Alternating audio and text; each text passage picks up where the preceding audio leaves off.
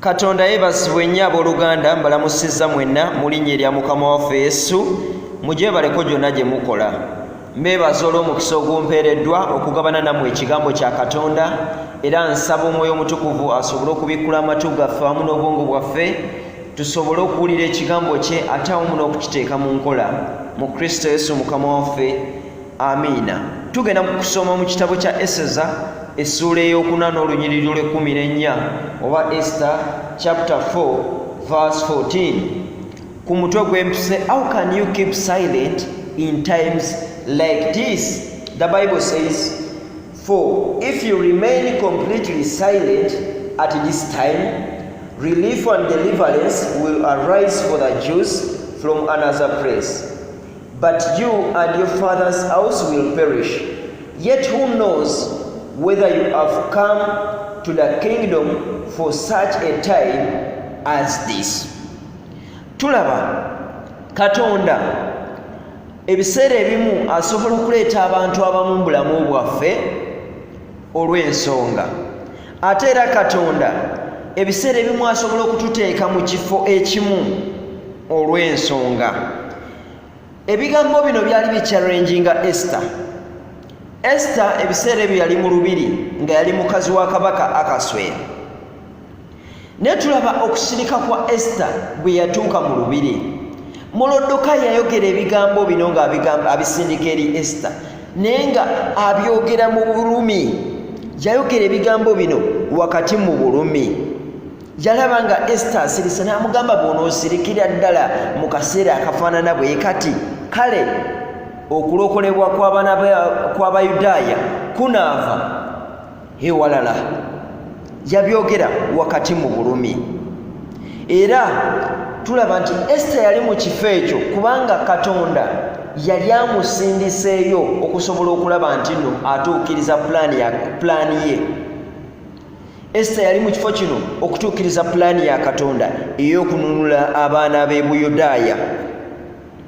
Y'ensonga lwaki yali mu kifo ekyo. Teyaliyo nti yaliyo by accident, nedda. It wasn't a coincidence. Naye yaliyo olw'okusobola okutuukiriza pulaani ya Katonda. Era tulaba Esther ng'asitukiddemu okutandika okukola omulimu gwa Katonda.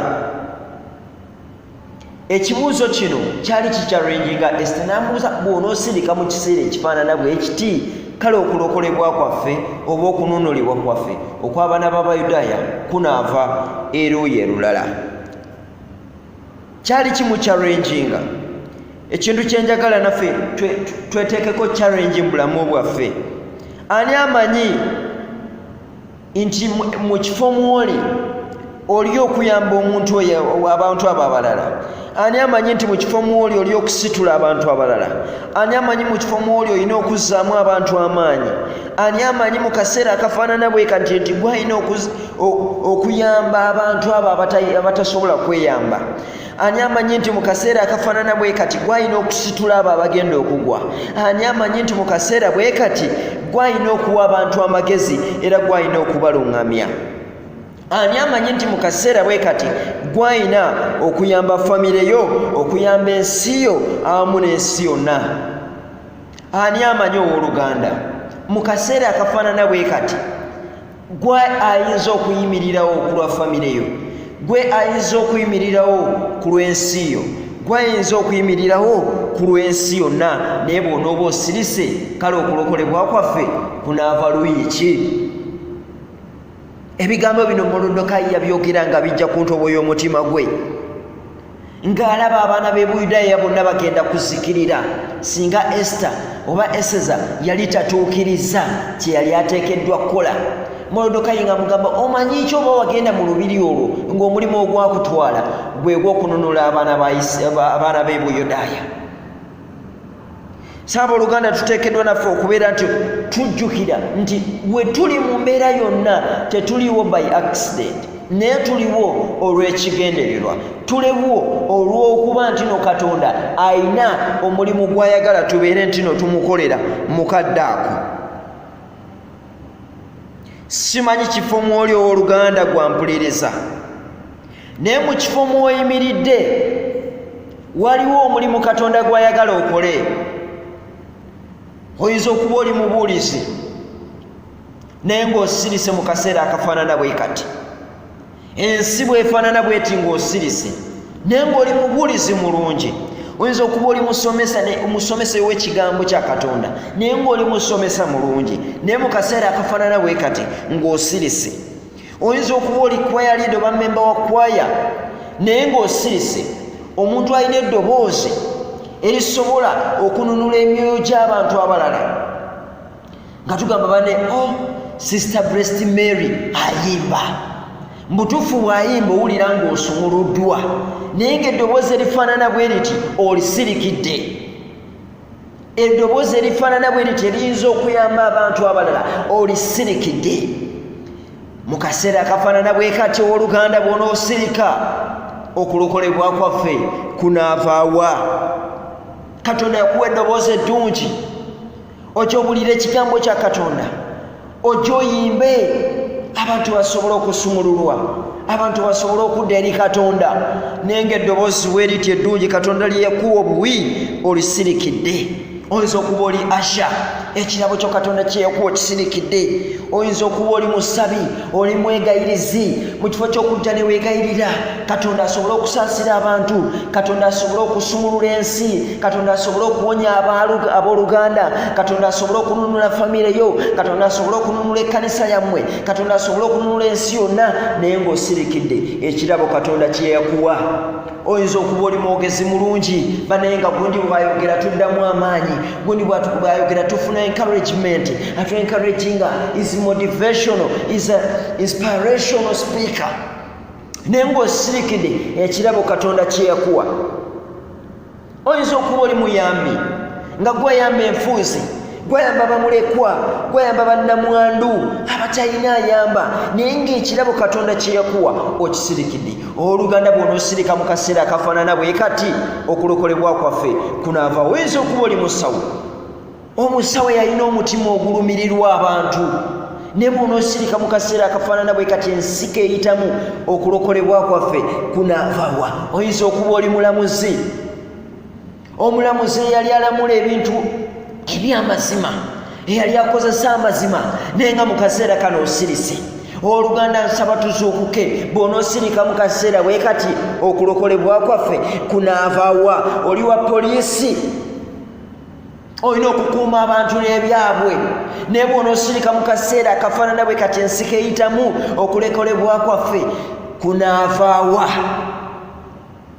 Essaawa ya leero ng'abasirikale be bakulembedde abali enguzi, abasirikale be bakulembedde abatta abantu, abasirikale be bakulembedde abagulirira okulokolebwa kwaffe gw'omusirikale kunaavaawa ng'osirise busirisi.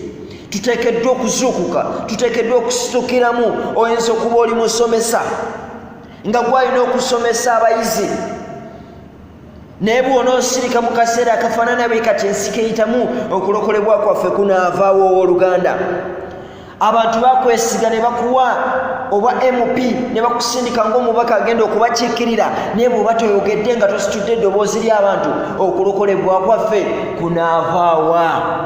Abooluganda ke kaseera ak'okwebereramu, ke kaseera ak'okusitula eddoboozi lyaffe okubaako kye twogera okusobola okununula famire zaffe, okusobola okununula ensi yaffe, okusobola okununula eggwanga lyonna. Ke kano akaseera ekkanisa etwetaaga abooluganda, ensi eno etwetaaga abooluganda, famire zaffe zitwetaaga, ensi yonna etwetaaga. Ffe tulina okuyimirira mu kituli, ffe tulina okuyimirira mu gaapu. Owooluganda Katonda akutadde w'oli olw'ensonga. Toliwo by accident, oliwo olw'okununula famire yo, oliwo olw'okununula ensi yo, oliwo olw'okununula eggwanga lyonna. Tulina okusitukiramu okulwanirira eggwanga lyaffe, tulina okusitukiramu okulwanirira ensi yaffe, tulina okusitukiramu okulwanirira famire zaffe kubanga ekyo Katonda kyayagala. Naye nga tuzinwanirira mu mazima ne mu butuukirivu. Abooluganda tusitukiremu, tusitukiremu tulwanirire ensi yaffe. mu bubbi obweyongedde, mu ttemu eryeyongedde, mu nguzi eyeyongedde, mu bukyayi ng'abantu tebakyalina kwagala, ng'abantu bali mu bwenzi, ng'abantu bakola ebyobutasaana, ensi erumu enjala, bannabbi ab'obulimba beeyongedde, gwe omubuulizi owa poliisi, mu abasawo na buli ali mu buweereza bwonna obw'enjawulo, bw'onoosirika n'osirikira amazima, n'osirikira ekirabo ekirungi Katonda kye yakukwasa, bw'onoosirika okulokolebwa kwaffe kunaavaawa. Ke kaseera abooluganda tulekerawo okusirika, ke kaseera ffenna okuvaayo okusobola okusitukiramu okukola ogwo omulimu omulungi ogwatuukibwa. Speak out against such things. Bw'onoosirika nga tobyogeddeeko okulokolebwa kwaffe kunaavaawa. We have to wake up to start to do the good work which God called us to do. Ke kana akaseera ke tulina okukozesa. Ensi ng'eyita mu mbeera enzibu, ensi ng'eyita mu mbeera eyeraliikiriza buli muntu, abantu nga baweddemu essuubi, abantu nga beeraliikirivu. Ke kana akaseera ak'okuvaayo buli omu otandika okukola omulimu omulungi Katonda gwe yateeka mu ggwe, okukozesa eddoboozi lyo, naye bw'onoosirika owaddeyo abantu, owaddeyo famire, owaddeyo ensi yonna okuzikirira. Gwe omuntu omu bw'onoovaayo n'oyogera n'okola ekyo ekituufu ky'oteekeddwa okukola mu kadde akatuufu, abantu tebazikirire. Osobola okukyusa eggwanga, osobola okukyusa eggwanga gwe munnanga mpuliriza. Be a faithful follower of Jesus Christ and make a real difference in the world. Osobola okuleetawo enkyukakyuka mu nsi yonna. Beera omugoberezi wa Kristo Yesu omulungi. Beera omugoberezi wa Kristo Yesu amuweesa ekitiibwa. Naye toteekwedda kusirika owooluganda ng'olaba abantu bayita mu bulumi, abantu banyigirizibwa, ng'osobola okubayamba naye ng'osirise, okanya okwogera amazima naye ng'amazima ogamanyi. Owooluganda ke kana akaseera to speak out against everything that does not glorify the name of the Lord, everything that is affecting your people, in your family, in your country, and in the whole world. Speak out. Toteekeddwa kusirika muganda wange mpuliriza. Ke kana akaseera omanyi ki that God have called you into this world to help others in times like this. Bw'onooba osirise obuyambi bwabwe bunaavaawa. Situkiramu, leka okoleze ettabaaza yo, ettala yebeere ng'eyakira buli omu. Leka abantu balabe omusana nga gwaka, leka abantu balabe ekitangala kya Katonda, leka abantu balabe ekitone Katonda kye yakukwasa nga kiyitimuka, nga kisituka. Naye bw'onoosirika mu kaseera bwe kati, okulokolebwa kwaffe kunaavaawo. Molodoka yayogera ebigambo bino nga bisindika eri Esther, byali bichallenging, era Esther tulaba nga yasitukiramu abaana b'e Buyudaaya ne basobola okubeera nti nno banunulibwa.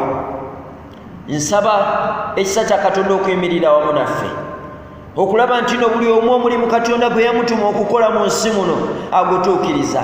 Tosirikira talenti Katonda gye yakuwa, situkiramu, beera n'obuvumu, situka oveeyo okole. Mukama Katonda ajja kuteekako omukisa. Jangu onunule famire yo. Bw'oba Katonda yakuteeka mu kifo ng'akuwadde ku ssente, vaayo oyambe famire yo, vaayo banunule, vaayo okwata omu ku omu. Omanyi ki nti Katonda yakuteeka mu kifo eky'okuyamba famire yo?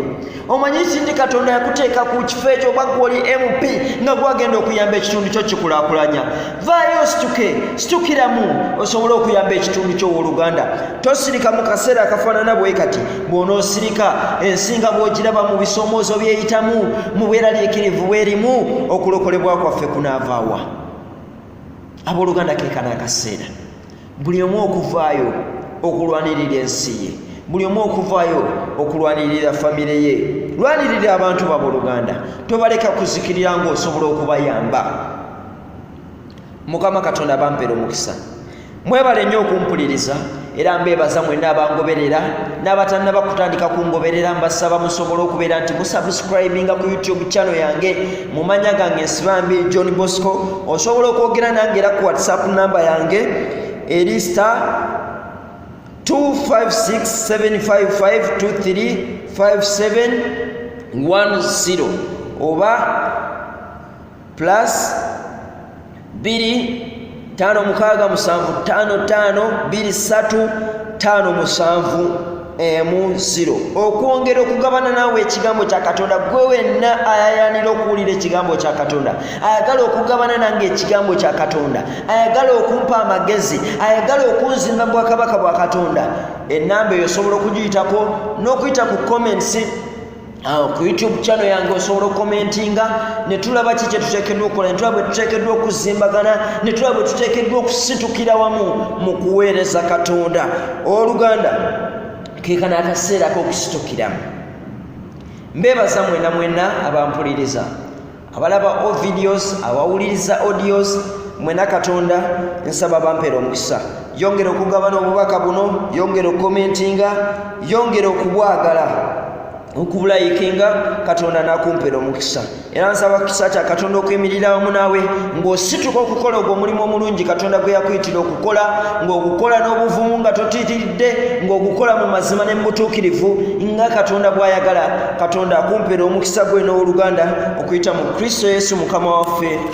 Amiina. Shalom, shalom.